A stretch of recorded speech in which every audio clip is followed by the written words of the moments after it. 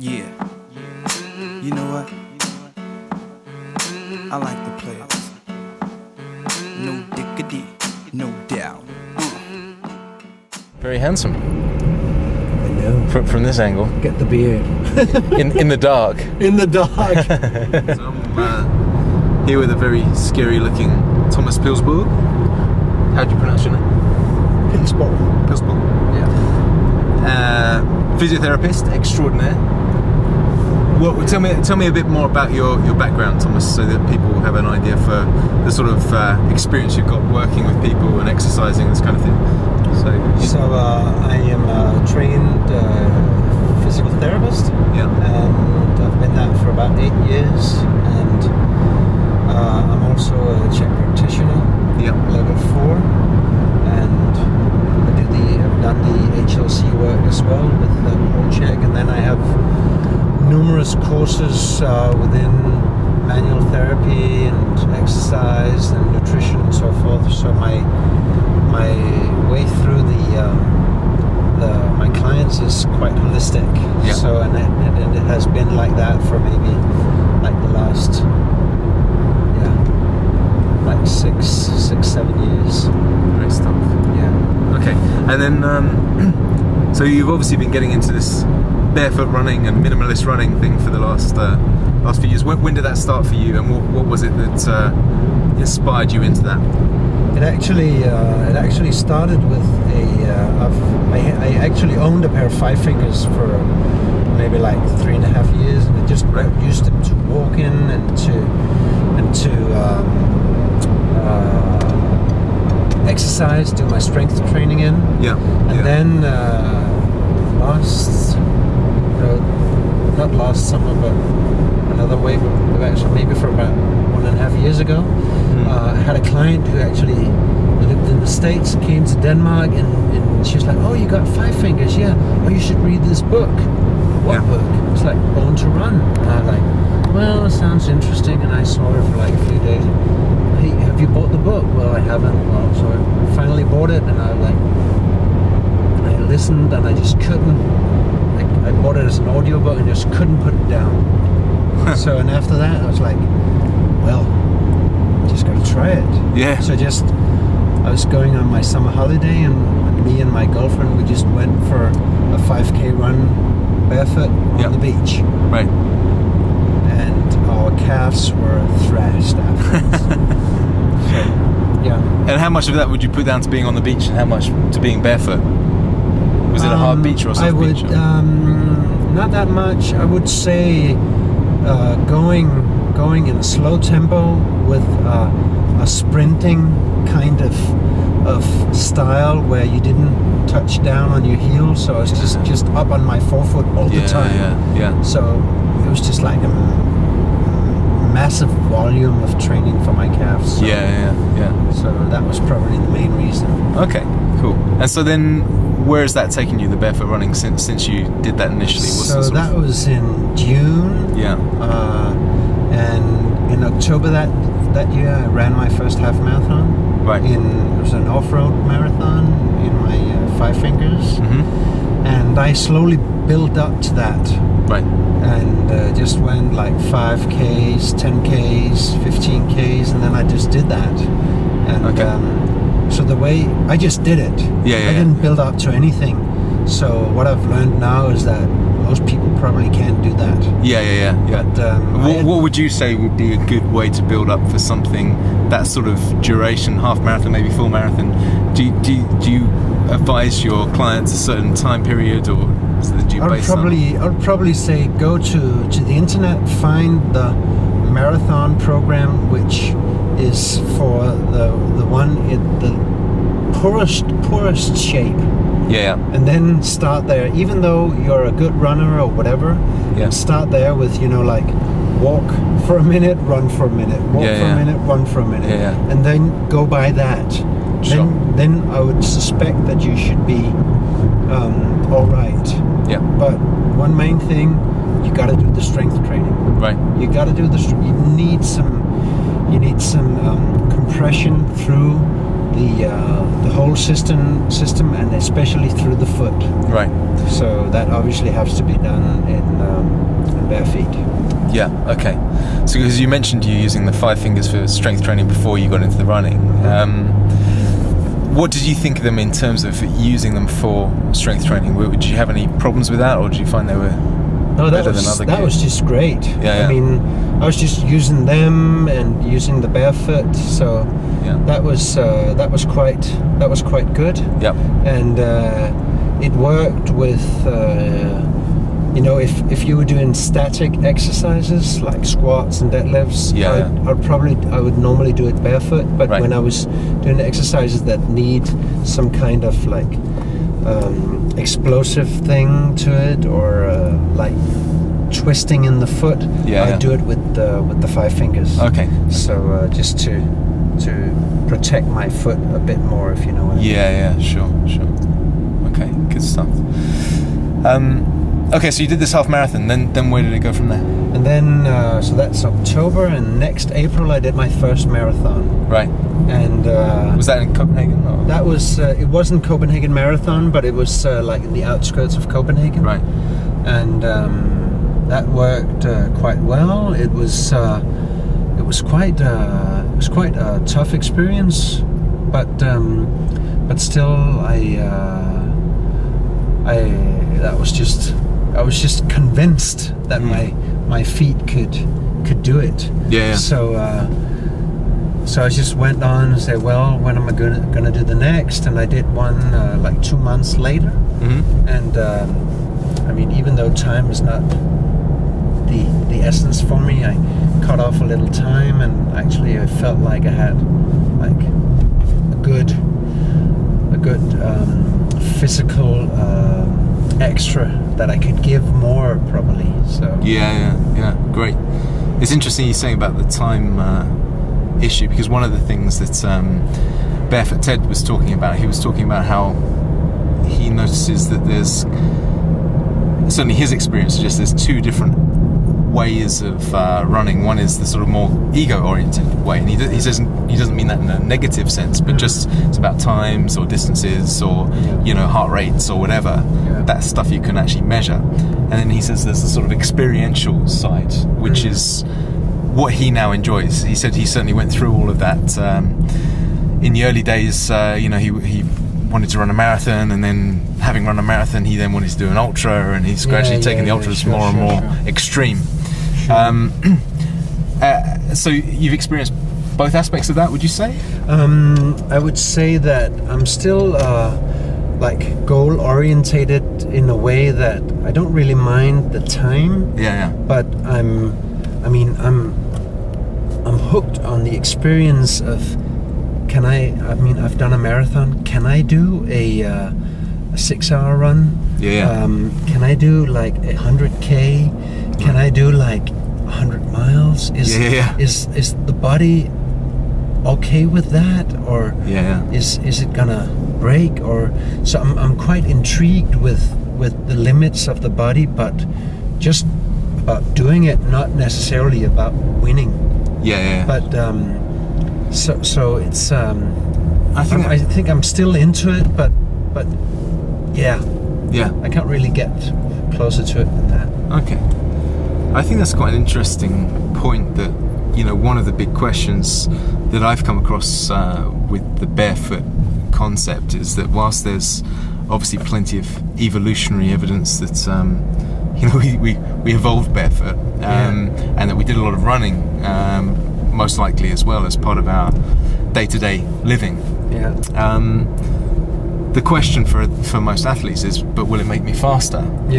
And a lot of people say, no, it won't make you faster in the first instance, but it may do once you get more conditioned with it.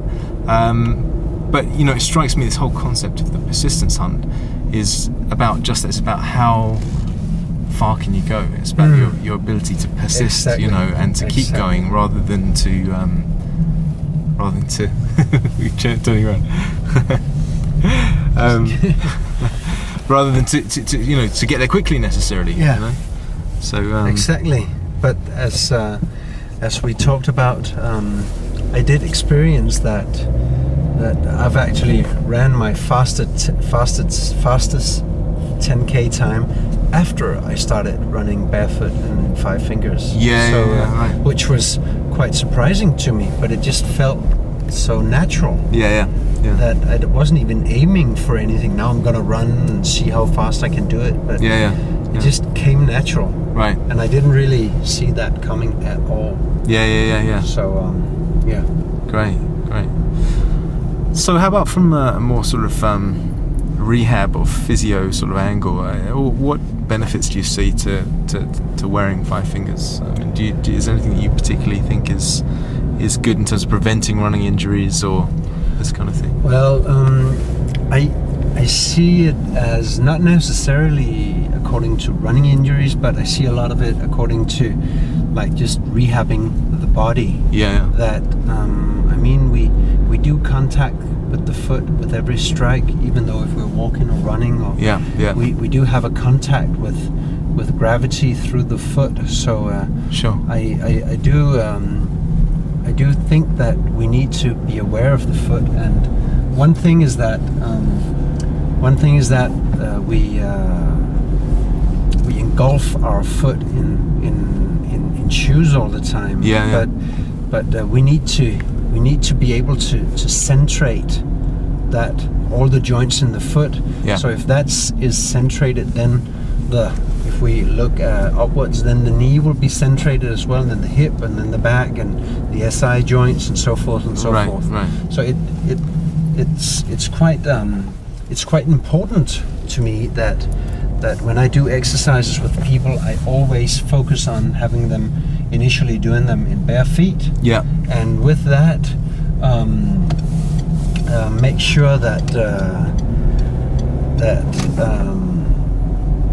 they are centrated with what I normally do is that I ask them to lift their toes and spread their toes. That way they centrate, and we just work from there, actually. So just to explain what centration means, because I would imagine that talking about centration or putting a joint into the right position, that's the sort of model that podiatrists and physiotherapists have used when they've talked about orthotics and this kind of thing, is getting the foot in the right position and using an orthotic to do that. How does what you're doing differ from that? Well, in some ways it doesn't really differ, because I think that the podiatrists are actually interested in aligning the foot and helping it, and that's what I'm interested in. I just want the muscles to do it instead of getting like an artificial help. So it's an active I rather than a passive. I want the foot to be able to do it for us. I mean, we've got so many joints and so many muscles down there that it can't be meant that it shouldn't do something for us. I just think that's an insult to evolution. Sure. And all these axes that are in the foot needs to be active and free to move and protect. So that's actually one of the main things. Okay, good. And did you see that research recently where the guy from the Nike Research Center was part of a research study who basically admitted that there was no good evidence that running shoes prevent injuries? Yes, I did. Yeah. That was great fun. Yeah. So do you think that this is something that's going to shift? It's going to change in the world of footwear and rehabilitation to some degree as well? I think it'll shift more in rehabilitation than it'll shift in footwear. I think there'll always be a place for a Nike Pegasus or something like that. But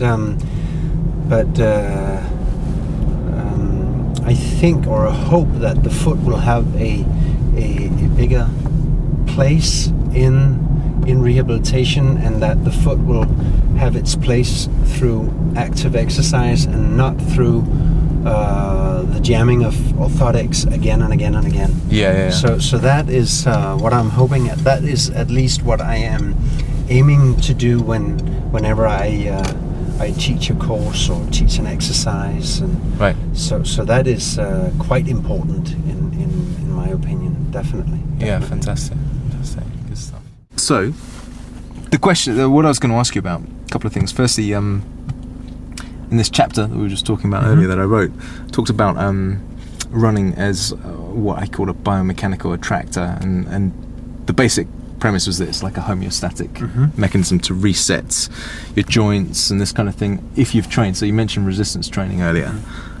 If, for example, you've done some deadlifts on a Monday and you went out for a run on the Tuesday, my experience and my understanding or the theory behind this concept is that run will help to basically kind of reset your joints, the length tension relationships. It will help to pump some of those waste metabolites out of the muscle, this kind of thing. Is that something you can relate to? Is that something you would say feels like there's some truth in that? Or? I thought about, I mean, Paul CHEK talks about these primal patterns, and I remember when I got to think about that I thought that there was some serious truth in that. And if you look at primal patterns and joint centration at the same time, it should work optimally with regards to Wolff's law, with regards to building bone and actually could be able to reset bone in that thought. And I'm just thinking that if man was meant to run and run barefoot and then run on the forefoot as well, then that in the same manner could work with Wolff's law as well, so that all of these could be primal patterns that would actually reset the body in some way. So with regards to running, resetting towards strength training, I can't say for sure, but I think that normally people would say, well, you can't do deadlifts the day after squats because it uses some of the same muscles. But I would always say, well, it's two different movement patterns, so of course you can do that. And so I see running as a different pattern, and because it's a different pattern, it would be able to be used with the strength training as long as you don't do the same pattern every day. And then that ties into the energy systems, because I think you could probably everybody knows that you can go for a run every day, but not necessarily a hard run and a hard run again. You gotta change the energy system, and that's the same way with strength training. And that's the way you know that a lot of like weightlifters work out, so they don't max out all the time, but they work a bit sub-max once in a while. So, well, I guess part of the premise behind the biomechanical attractors idea was that, if you look at how we got here, then it gives you an idea for what the body's designed to do, what it's evolved to do. And I would say that whilst primal man and woman had some strength requirements for sure, they had to be able to fight and carry things and climb things and lift things, they wouldn't have been doing the equivalent of lifting heavy deadlifts every day, No. But what they would be doing every day is walking, and almost definitely they'd be doing some running as well. So in terms of what affected the biomechanics and had an effect on the development of our biomechanics, I felt that walking and running had to be almost like a stronger biomechanical attractor or influence. I see what you're saying, definitely. Than squatting, pushing, pulling, lunging, twisting, despite the fact that they're important in their own right. So I see what you mean, definitely. But still, I must say, if you look at like infant development, you would be able to actually see like pushing and pulling and twisting and lunging and squatting and deadlifting in the first, let's say, 15 months until the kid is able to walk, and let's say their crude motor skills like settled at about 3 years and fine at about 6. That these patterns are also essential, and so they're almost like foundations for the running in many ways. I'm maybe sort of, but I do feel still that as I don't see any point in deadlifting 100 kilos, I would much more see a point in being able to deadlift. Let's say being able to deadlift like 30 or 40 kilos 100 times. Right. That's much more equivalent to like real life, in my opinion. Yeah. And well, that's interesting, because that makes a lot of sense. One of the things that I had come to realize as part of my reading around primal living was one guy I was reading, I forget his name, but he was talking about indigenous North Americans who would hunt buffalo by trapping them in big pits that they dug out, and then something like I think they said five of these Indians would pull out a 2,000-pound buffalo, and when you calculate that's 400 pounds each. Yeah. So they were doing 400-pound deadlift on something that didn't have handles, Yeah. And so I was thinking, well, that's an example of where the deadlift kind of pattern would be used in nature. Obviously quite an extreme example, but it shows you how strong these guys were, and that a heavy deadlift may have some function, but probably rarely. And like you say, the light deadlift, the higher volume, lower intensity. Exactly, and probably a faster one. Yeah. Because and I've actually contemplated that maybe the squat wasn't actually used for lifting. Maybe it was used to get to the ground and up, because if you look at most kids when they lift things, they almost always do it in a deadlift manner. They rarely use their spine erect. As if like a weightlifter. That is what they do when they go down to play on the ground, and then they go up again. But when they lift, it's much more often a deadlift pattern. Right. So if they want to lift something heavy, it'll be like that most often. Yeah, sure. Interesting.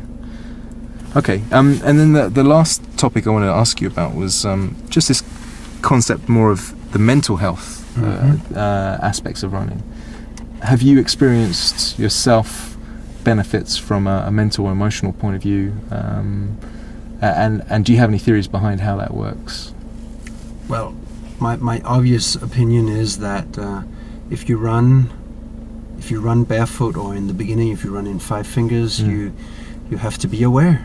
You have to be aware of where you're sitting or placing your foot. And I remember that half marathon I did. I was like, well, it was quite uphill and downhill, and I think I'm gonna be wasted afterwards. But I was totally cool physically, but my head was I was like I've been to an exam for 10 hours. Right. Because all that placing of the foot in the forest and thing, I was totally exhausted. And what I've just come to realize is that if you have to place your foot and be aware of where you place it, that is like focusing on one thing, and that's meditation.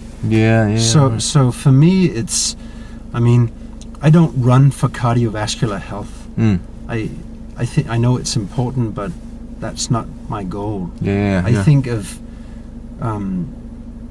normally people say, well, I run to clear the brain.